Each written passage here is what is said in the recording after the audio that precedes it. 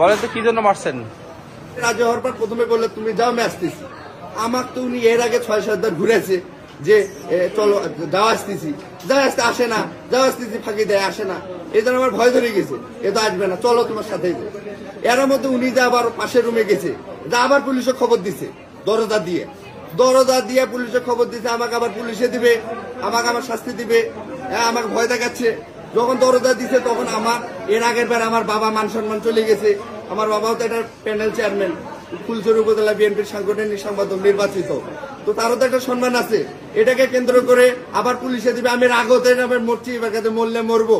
বাবার বারে বারে বাবার মান সম্মান ইজ্জত মাথা নষ্ট করবো না, নিচু করাবো না।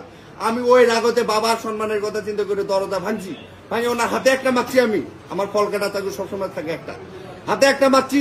মারার পর ওনার ছেলে আসছে, ওনার মারার পর একটা কি দুটা মারার পর ওনার ছেলে আসছে, ওটা চাকুটা নিচে দুইজনে নেওয়ার পর আমাকে আবার মারা শুরু করেছে এই দুই হাতে। যখন আমি প্রোটেক্ট দিতে পারি না, দুই হাতে আমাকে মারতেছে, যখন প্রোটেক্ট দিতে পারি না তখন ওনার ছেলে আমি পায়ে কামড় দিচ্ছি। এরপরের ঘটনা আমি আর বলতে পারি না, এরপরের ঘটনা কি হয়েছে এতটুকু আমার মনে আছে। এটাকে ওনারা তো পাওয়ারফুল, ওনার হাজবেন্ড জজ, উনি ডাকলে তো হাজার হাজার প্রশাসন আসে। আমি তো মধ্যবিত্ত, আমি তো অসহায়, আমার তো কেউ নাই। আমার কথা হলো এটা ন্যায় বিচার চাই। ন্যায় বিচারটা হলো, আমি যদি পরকীয়া করে অপরাধ করি তাহলে উনি তো বাংলাদেশের নাগরিক, ওনার জজ সাহেবের স্ত্রী তো পরকীয়া করছে, ওনার শাস্তি হওয়া উচিত, পরকীয়ার অপরাধ। আর দ্বিতীয়ত এটা হলো এটা মিথ্যাভাবে ফাঁসানোর চেষ্টা করতেছে।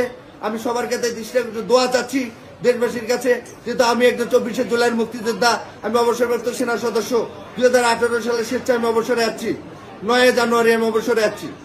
এতটুকুই সবার কাছে একটা আমার আবেদন, আমি যদি অন্যায় করে আমার বিচার করুক সরকার এবং আদালত, এবং তারা যদি অন্যায় করে তাদের বিচার আদালত করুক। এতটুকু আমি বলি, আমার বিচার যদি ন্যায় বিচার যদি ফাঁসি হয়, আমি আলহামদুলিল্লাহ।